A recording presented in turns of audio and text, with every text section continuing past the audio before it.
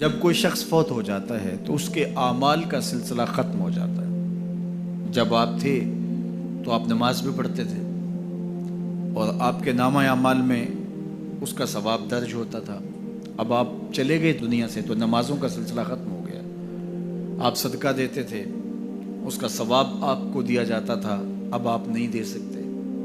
آپ تسبیحات کرتے تھے، آپ کسی کی مدد کرتے تھے، آپ لوگوں کو راستہ دکھاتے تھے، راستے میں پڑی ہوئی چیز اٹھا لیتے تھے، کسی پیاسے کو پانی پلا دیتے تھے، کسی بھوکے کو کھانا کھلا دیتے تھے، کسی برہنہ وجود کو لباس دے دیتے تھے، کسی کا بیٹھ کے دکھ سن لیتے تھے، کسی کی مشکل میں کام آ جاتے تھے۔ آپ حج کرتے تھے، آپ عمرے کرتے تھے، آپ قرآن مجید کی تلاوت کرتے تھے۔ یہ کتنے اعمال خیر تھے جو آپ بجا لاتے تھے، لیکن جب موت آئی تو یہ سب کچھ ختم ہو گیا۔ الا من ثلاثہ، لیکن 3 اعمال کا ثواب ہے جو اس کے نامہ اعمال میں درج ہوتا رہتا ہے۔ وہ کون سی 3 چیزیں ہیں سنیے، اور یہ اعمال اپنی زندگی میں کمائیں تاکہ نامہ اعمال کبھی بھی جو ہے وہ بند نہ ہو اور یہ چیزیں درج ہوتی رہیں۔ سب سے پہلی چیز صدقہ جاریہ، ایسا صدقہ کہ جو جاری رہے۔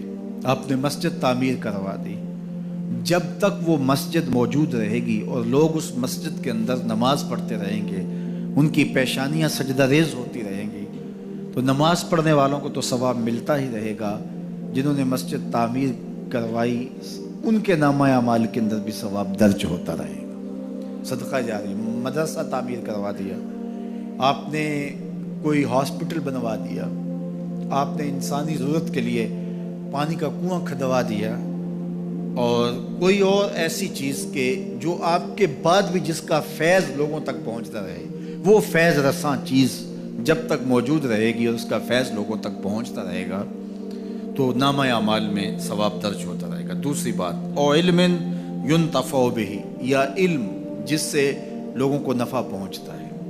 یہ ایک ایسا کھاتا ہے جو کبھی بھی بند نہیں ہوتا۔ آج میں اگر حضور علیہ السلام کے فرامین آپ کے سامنے رکھ رہا ہوں اور آپ اس کو سن رہے ہیں، اور اللہ توفیق عمل بھی نصیب فرمائے، تو مجھے بتائیے، مجھے تو اس کا ثواب ہو ہی رہا ہے۔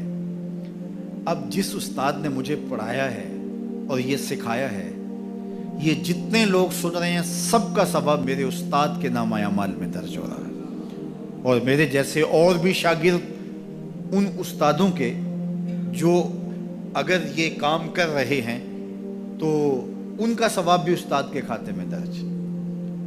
اب اس کا ثواب پھر ان کے استاد کے کھاتے میں درج، اور پھر ہمارے استادوں کے جتنے بھی ہم سبق تھے سب کا ثواب ان استادوں کے کھاتے میں درج، اور پھر ان کا ان کے کھاتے میں، اور یہ چلتے چلتے حضرت ابو ہریرہ کے کھاتے میں چلا گیا، اور پھر ان کا ثواب رسول کریم کے کھاتے میں گیا۔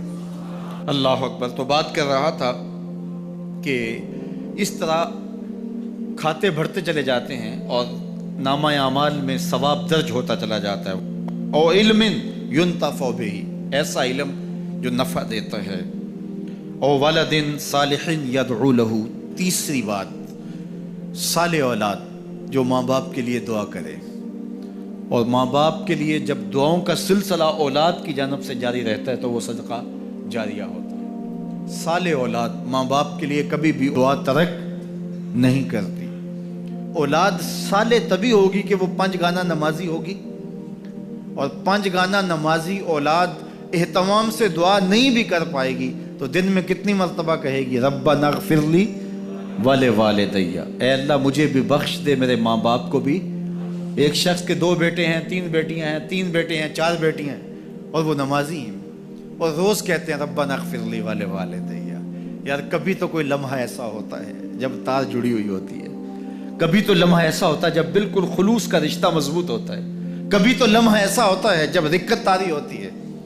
تو بچپن، لڑکپن، جوانی، بڑھاپا، روز دعا مانگ رہا ہے ربنا اغفر لی ولوالدی، کبھی بیٹی مانگ رہی ہے، بیٹا مانگ رہا ہے۔ تو صالح اولاد کی دعائیں ماں باپ کے درجوں کی بلندی کا ذریعہ ہے۔ تو 3 چیزیں ارشاد فرمایا کہ یہ منقطع نہیں ہوتی، صدقہ جاریہ، علم نافع، اور صالح اولاد۔ اللہ ہمیں صدقہ جاریہ کی توفیق بھی دے، اور اللہ ہمیں علم نافع سیکھنے اور علم نافع آگے منتقل کرنے کی توفیق بھی دے، اور اللہ جل شانہ ہمیں توفیق عطا کرے کہ ہم اپنی اولاد کی ایسی تربیت کریں کہ کل ہمارے لیے وہ صدقہ جاریہ بنے۔